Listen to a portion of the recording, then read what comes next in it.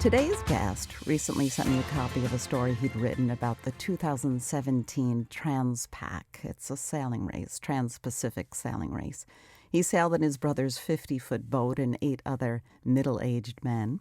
The race from California to Hawaii is harrowing and thrilling, to say the least. He truly captured the essence of the adventure, the drama, the despair. He completed his studies at Columbia University Graduate School of Journalism. He's written and submitted to many, many newspapers, including the New Yorker Magazine, New York Times, Boston Globe, several Long Island newspapers, basically 15 years as a local reporter, 30 to 40 New York Times bylines. He's also a huge nature lover and a protectorate of the earth, and he happens to have been awarded a Pulitzer Prize in 2013. We met as teens on the east end of the North Fork of Long Island, and our families have been friends ever since. I'm Jackie Tantillo, and I'd like to introduce you to my good friend Tim Wacker. Welcome to Should Have Listened to My Mother. Thank you, Jackie. It's great to be here. It's been a while that we've actually been in touch on a regular basis, so this is kind of a great way to always catch up with old friends and explore who you are today versus when we were kind of crazy kids hanging out at the beach all the time and swimming and sailing in the beautiful area of Long Island that we grew up in. And then to share, of course, and explore the impact that your mom had on your life, because she was a friend of mine and a wonderful woman indeed. Please tell us your mom's name. Oh, sure. It's Veronica. Everyone called her Ronnie.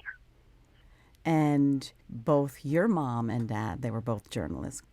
Yes, they were. Right from the get-go, they cut their teeth in the World War II era of journalism. Truly, an era of a profession that pretty much defined the profession. It was my mom and dad met at a publication that went belly up, but then got revived again, and I think it might even still be publishing, called the Brooklyn Eagle.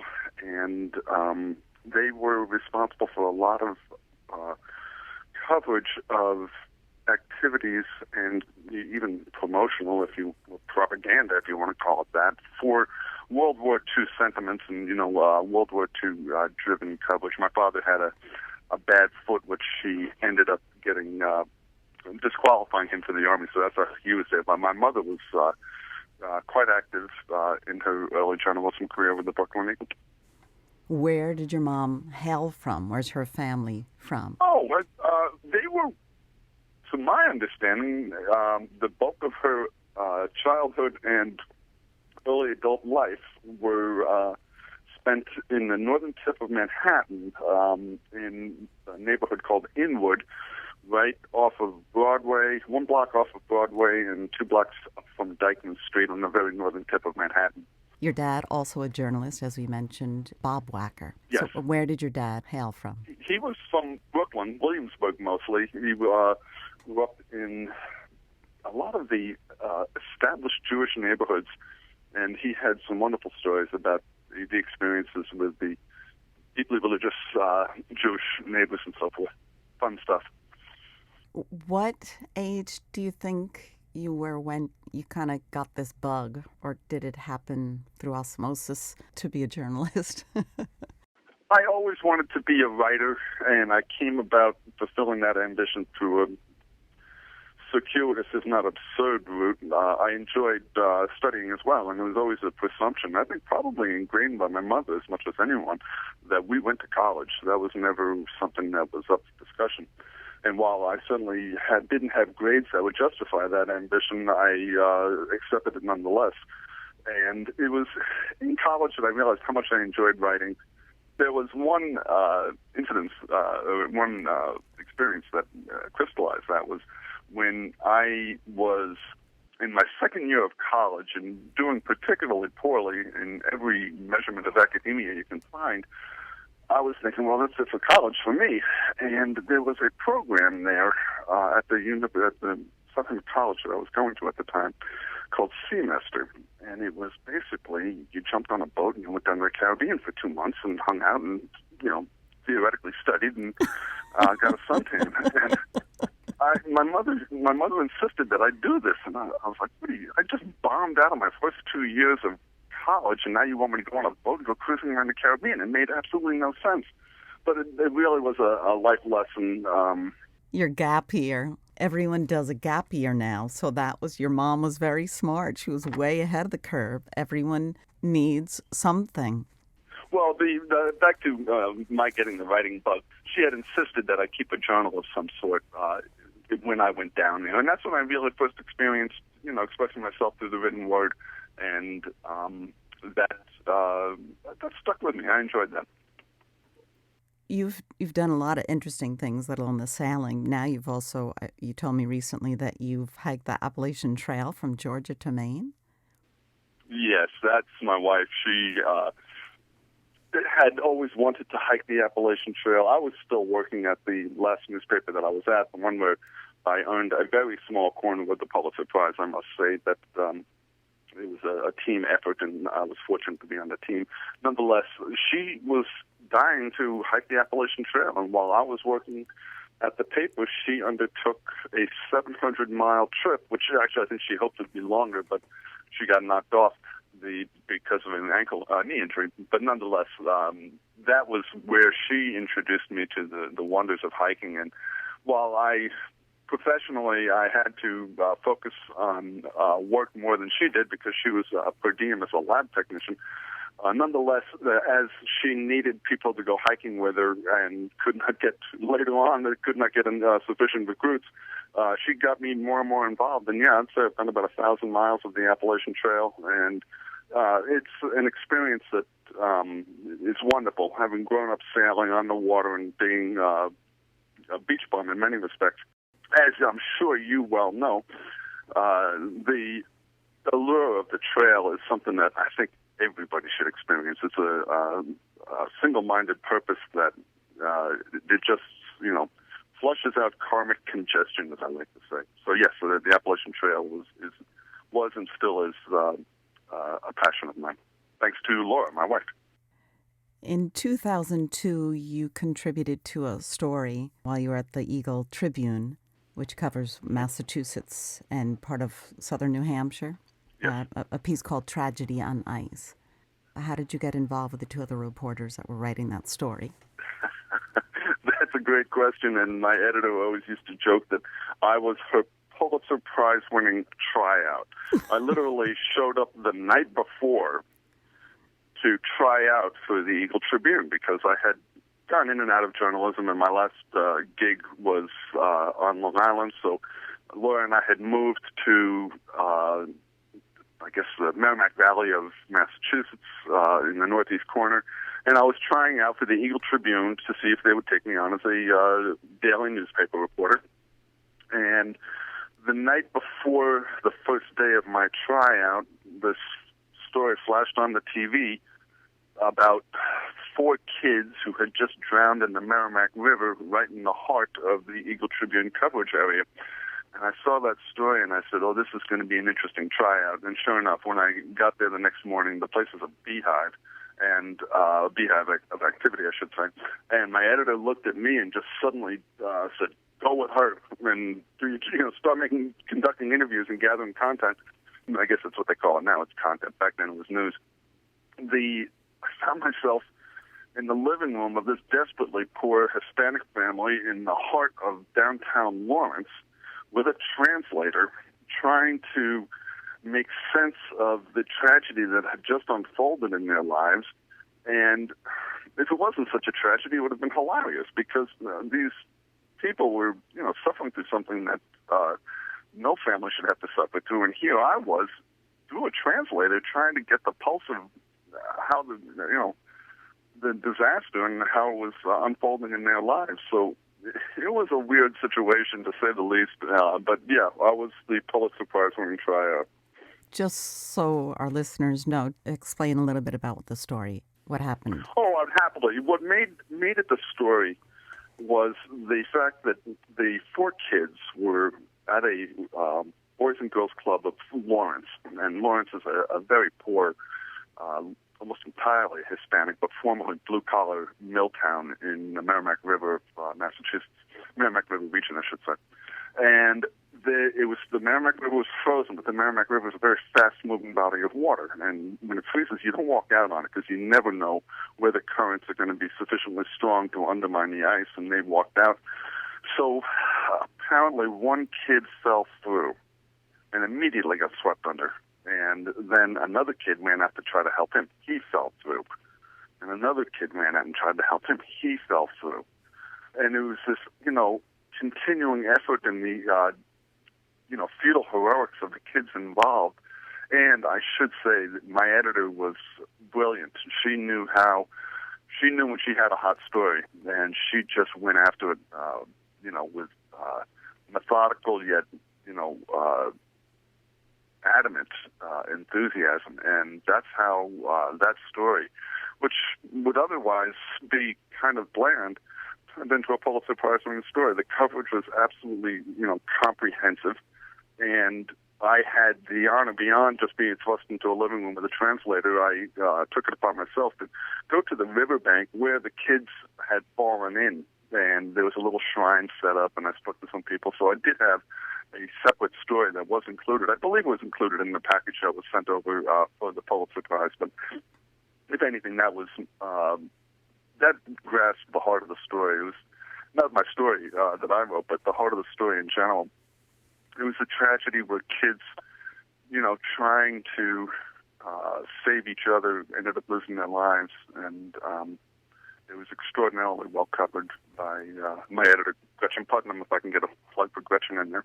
As a reporter, do you ever go back and visit families of the tragedy and follow up? With the families involved in the tragedies? Well, fortunately, the bulk of my reporting was environmental, not in that particular piece, but I was hired as an environmental reporter for the Eagle Tribune, which I greatly enjoyed, and still it's a passion I possess. But no, I can't say I have gone back. I never enjoyed that aspect. As a matter of fact, I loathe that aspect of, inviting myself into someone's living room who has just experienced a tragedy. It's hard, very hard. It's probably one of the most difficult things you can do, at least in my limited experience. But at the same time, I knew I was there, and I'll be damned if I was going to make a half-hearted effort. And so you also realize that when you're talking to these people, if they're willing to talk to you at all, that, this is going to be a reflection in the public light of their tragedy. And it's a huge responsibility, and you cannot go into it half-heartedly. You're there, and you're going to do the very best job you possibly can, because if you don't, you're just doing a disservice to the people who are already suffering through a tragedy. In addition to writing for the newspaper, you also have a blog that you write. NBN Communications is my company, and it's just a one-man show. I've been very fortunate in that I have been doing the overwhelming majority of my work for my brother Chris's company, Laserbeach, which is a software company.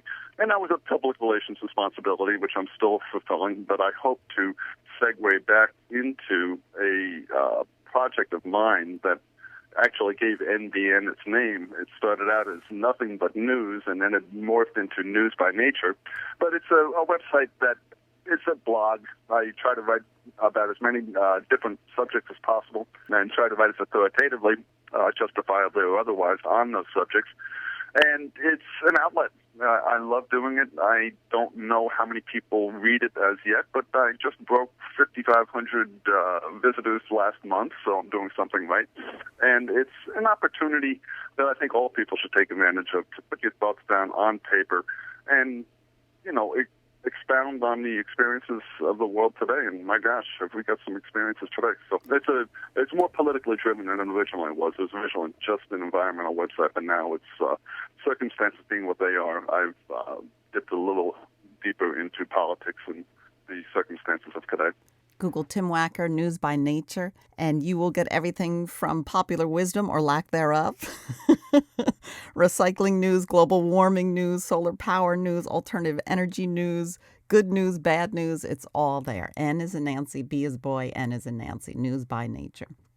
You're listening to Should Have Listened to My Mother. My guest is journalist Tim Wacker. We're trying to work our way through Tim's life a little bit to find out how he was shaped and formed. And your mom, Ronnie, as you mentioned earlier, had a huge impact in your life. Did your mom always work when you guys were growing up?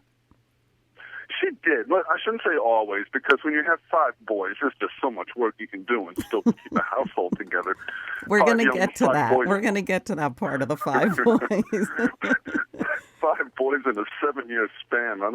Anyway, yes, and to the point about the dealing with tragedy, my father told me, and I didn't really fully appreciate this, that my mother was a specialist, just the same. I think they called her sobbing Sally, or some term that was applied, back in the 40s and 50s of journalism, 1940s and 50s age of journalism, that she was a specialist in helping grieving people, or interviewing grieving people, and I could see that she had a real touch that enabled her to, be sensitive and at the same time get to the heart of the story. And so, really, not directly, but she instilled in, I think through osmosis or some other means, an appreciation of what a responsibility it is to talk to people who are dealing with tragedy. And that was something that she apparently was a specialist in, although I never really discussed it with her in any way. My father told me that. I can still remember her voice and her cadence, and she was very specific with the words that she chose, and I just loved watching her face and her eyes, and she was just wonderful. I would talk to her when I'd call the house to see if any of you guys were around. I'd wind up hanging out on the phone with her for like 20 minutes, so it was an absolute joy to get to know her. Well, thank you. Your mom have journalism in her family, or writers? No, not at all. They came from a desperately poor family. My grandfather was a stubborn German, and that stubbornness ended up, I think, making life more difficult for my mom and her 2 brothers than it necessarily needed to be. Just never accept any kind of assistance or help, always had to do things his own way. And so she was raised, I don't know how she ended up getting interested in journalism or how she found herself there. I wish she was a city college, I know that, a city college in Manhattan, and the road that took her to the Brooklyn Eagle was anyone's guess. I wish I had asked her those questions when I was younger. Maybe she just needed to express herself. If she had that rigidity in the home, maybe she needed an outlet, right? And she just started to write. That could well have been it. It's interesting, and it's an interesting aspect of my mom. She never talked about herself very much at all. I think, which is standard fare for people of that era. They were much more focused on doing their job, and it was a reflection of growing up in a depression. She was a child with a depression. Can you give me a couple of words that describe her? One of the things that made the greatest impression upon my mom, was just her unfailing generosity. And if we were serving dinner and we had 5 hamburgers and 3 people showed up, they'd sit down and share our hamburgers. She was always, open door policy. Anybody come on in, the more the merrier. And it usually was the merrier. That's the amazing thing, and the lesson that I took from all of that is that, it's always better to share and, have more people involved than less. And so the generosity, her, really one of her strongest characteristics was she just didn't share her own suffering whatsoever. Whatever was going on in her life and whatever difficulty she was encountering, you never heard about it. It was always something that she kept to herself. And even when she had liver cancer, we had to pry out of her the facts that led my wife, Laura, to realize that my mom was very sick. And we immediately, drove down there and discovered just how sick. So, and again, that may be a reflection of the generation. It may, I think it's also a reflection of her. Generous to a fault, never burdened others with her difficulties, and really just determined to help situations and circumstances that she felt needed it, and that was a big part of her environmental activism. And that and coming out to the North Fork of Long Island, where it was just such a beautiful place, and she never, having lived the majority of her young life on the fifth floor of a five-story walk-up, she to suddenly find herself in a house with 170 feet of bayfront. It was a transition that she just never, as she said often, just never imagined growing up that she would be in a house such as that, and in circumstances such as that. So I think that the appreciation of nature might well have evolved to a large extent in that and from that house and the North Fork. But she was always, she did some crazy things when we were younger. When we were still in New Jersey, she felt so badly for people. I think it was Brazilians was the cause that had caught her eye. Here we were enjoying. My father did well in public relations and always managed to keep us in Cheerios and such. That she felt that, other people are suffering when we've got it so good. We've got to help other people who are suffering. And it was typical of my mom. Her intentions were more honorable than perhaps her execution. She went out and figured she would get a great big box of balloons to send down to these starving people in Brazil to help cheer up their holiday. And so she sent them a great big box of balloons, and she got a letter back saying, "Thank you very much for the balloons. Do you think next time you can send cash?" Or something to that effect. And oh my gosh. Yeah, you've got to. No. You better be editing this conversation a little more than because I'm kidding. But my mom was a dear lady, and that was the sort of well-meaning. Those lessons were not lost on any of us, my brothers or I. We realized that helping people is something that you do, you just do, and that was a lesson instilled in us by her. There's 5 boys within 7 years. There's Jim, Chris, John, you, and Tom.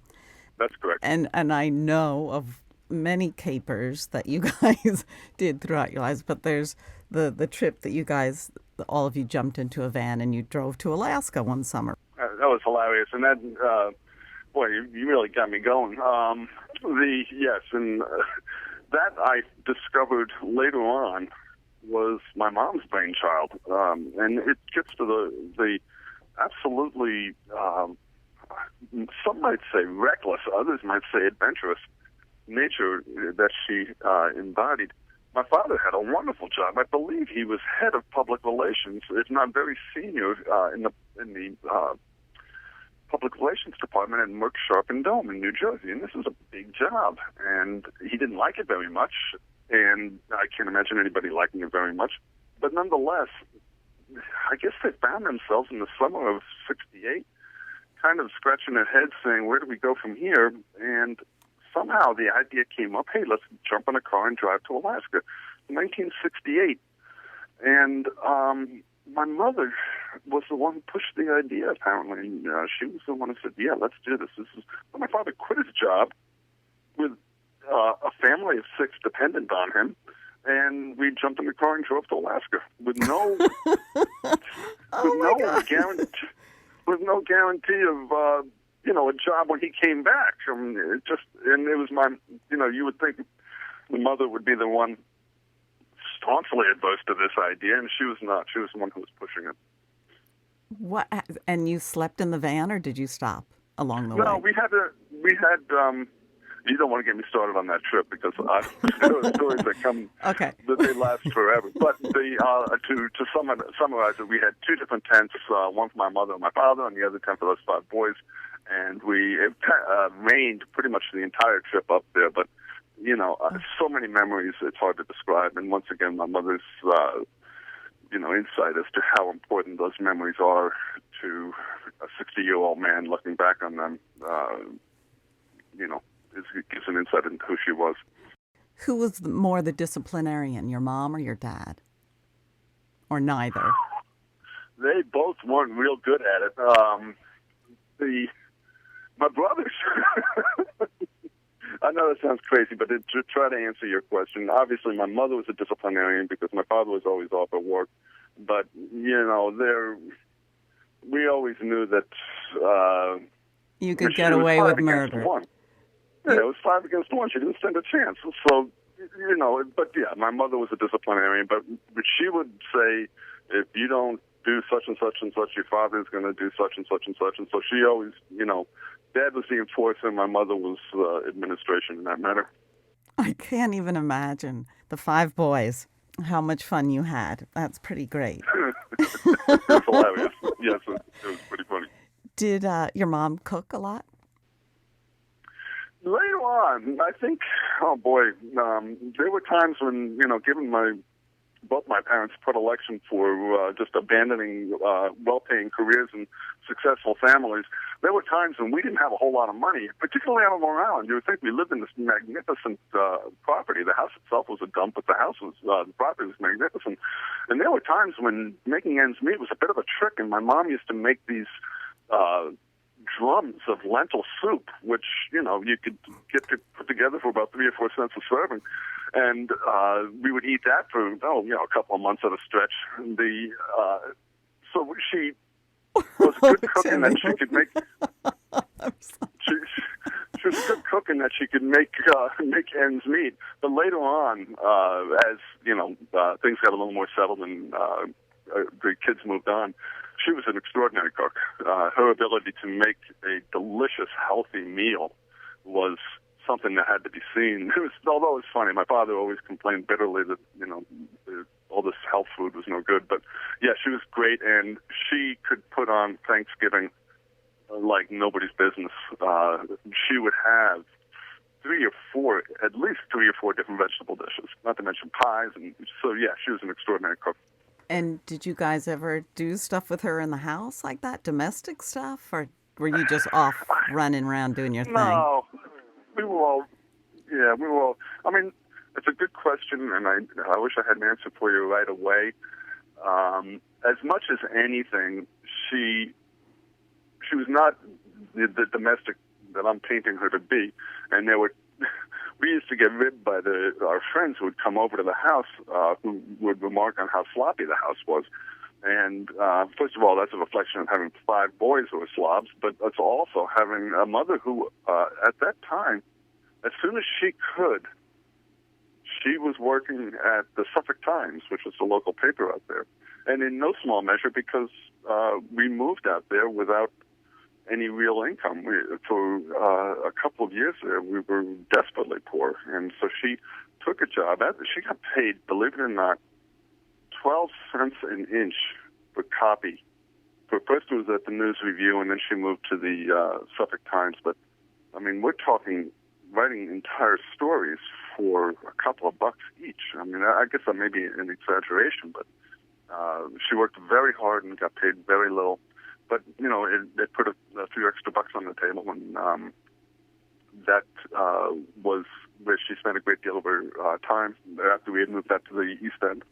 But she loved it. She loved the writing. She enjoyed it very much. Yes, she did. She clearly did. And she loved also being involved.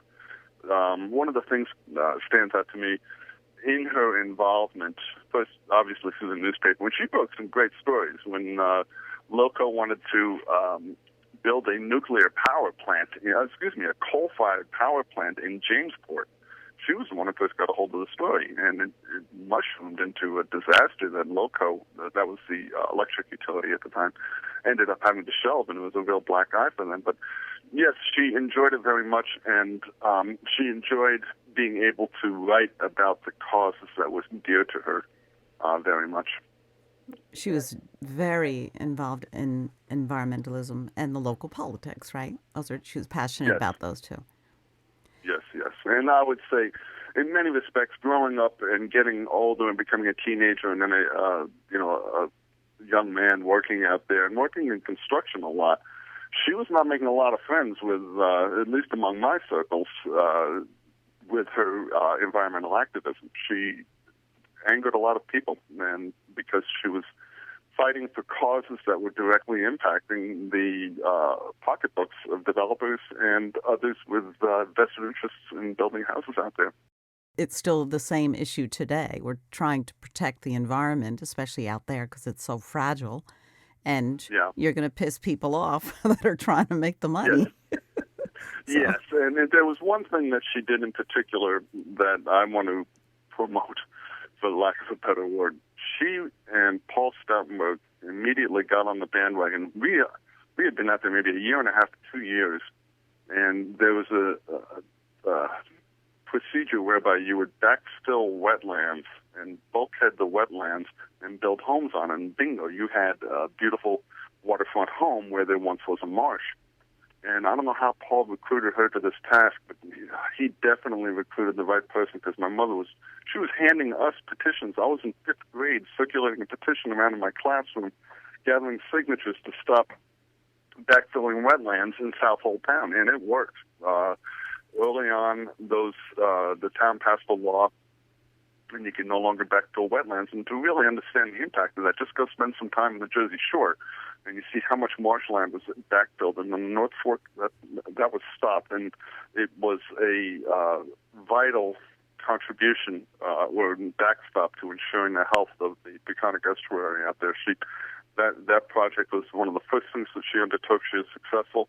There were many others after that, but that was a huge one. And that, among other things, made an impression upon me, and I'm sure my brothers as well, as to how important it is to protect the environment. Now, your mom was the 2005 Suffolk Times Person of the Year. Yes, one of the few interviews that I have sat for involved that, and it was posthumous, sadly, but it was in recognition of the Wetlands Ordinance that she managed to pass. She got 2-acre zoning passed in South Old Town. She got a master plan developed in South Old Town. She was instrumental, with my father, to getting the United Southhold ticket elected that year. I forgot what year that was, but she was very, very active and very, very effective.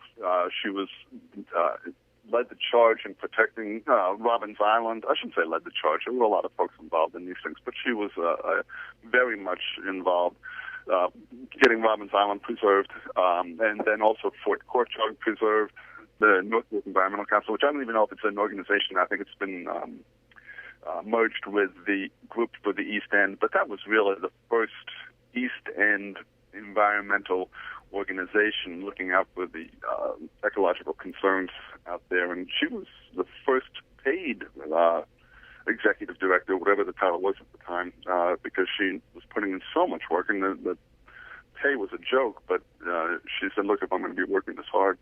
So she lent a sense of seriousness to the environmental efforts out there. Bravo, Ronnie.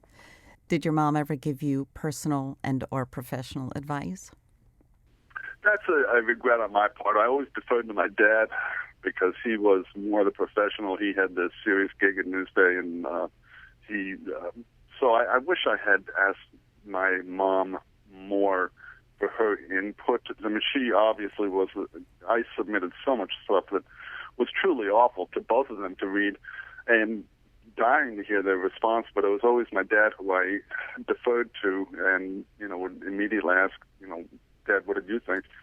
And that is a regret on my part. I wish I had sought out my mom's counsel more than I did. But yeah, I would, certainly I would take advantage of what she had to say. Also, I try to incorporate her thoughts and ideas. She was more of a making an impression on how you live your life rather than specific guidance in pursuing your career. She showed by example. Exactly. Thank you. Did she give marital advice? Yes, she did. She might have been more than anybody else responsible for, greasing the skids, so to speak, if that's a apt term. I remember, I think in keeping with the theme of your podcast, she always wanted me to settle down, I think, earlier than I did. I was always just having way too much fun living life to actually start getting serious about it. And I think that was a disappointment on her part, and I'm still not sure if I should have, taken her ambitions for me more seriously. But I did ask her on that, and she said, well, it's a good idea settling down, and you may well find it's a wonderful thing. So hearing that from her, and I guess my father was good for career advice, but my mom was good for life advice. And when I heard that from her, I was like, damn, maybe I should start thinking about this marriage stuff. And her remarks to me were, and it also meant that she was signing off on Laura, but she thought Laura was a good person that should be married. So I actually didn't find out that your mom had passed until a couple of months after she had died. And then when I heard the story of what happened, that she hadn't told you guys anything, she hadn't said a word to you, that must have been pretty shocking. It was, and the circumstance by which it came about was, it was tragic for us because it was so sudden. The two of them were just really hitting their elderly stride, and we figured that both of them, if anything, my father would die before my mother. But long story short, I was talking to her on the phone, and she kept talking about this itch, and I thought when Laura and I were down there the week before, she had a yellowish tinge to her. So nonetheless, when I told Laura about this, and Laura was a lab technician who was aware of, a lot more medical facts than I certainly was, and she said, oh, your mom's dying. We got to get down there right away. And I think it's a penchant among wives, or at least certainly among many that I've encountered, that you tend to fly off the handle a little earlier than you need to. So I looked at Lauren and I said, no, she's dying. She's not dying. And she said, we got to go there right now. And we hopped in the car and drove down there and discovered that what someone had diagnosed as some sort of the skin itch or something turned out to be liver failure. And she had a great big tumor right in the middle of her liver. And to characterize my mom, she was on the gurney in the outside the emergency room in Sloan Kettering, and the latest bout of bad news had just settled in, and she looked at me and said, "Oh well, into each life some rain must fall." And it just, it even hits me today that was how she responded to this just unrelenting stream of the worst news you can get. It was just pragmatic and, oh well. And that, I think, sums up certainly one of her many characteristics well. And it really is a process. You move on, and I can now talk about this pretty much without tearing up or anything else. And just appreciative of the wonderful life that she led. And, I'm appreciative of this interview for having an opportunity to talk, at length about my mom. It's a great thing that you've got, Jackie. It's taken me years to come up with this whole idea, but I've saved. My mom used to write to me in college, and I saved all of those letters. I said, one day I'm going to do something with these letters because I don't know if I ever have children or a family. I don't know if I'm going to be able to instill this optimism and courage and passion as she did. And I'm going to start incorporating the letters into these podcasts to share all of that power of positive thinking, and Norman Vincent Peale, her passion for life. Tim Wacker, thank you so much. Keep writing, please, because you're really good at it. You got to keep us all instilled and alive and aware. Well, from your lips to God's ears, thank you very much. I greatly enjoyed it, Jackie. It's a wonderful project. I'm sure it's going to be excellent. I'm Jackie Tantillo, and this is Should Have Listened to My Mother.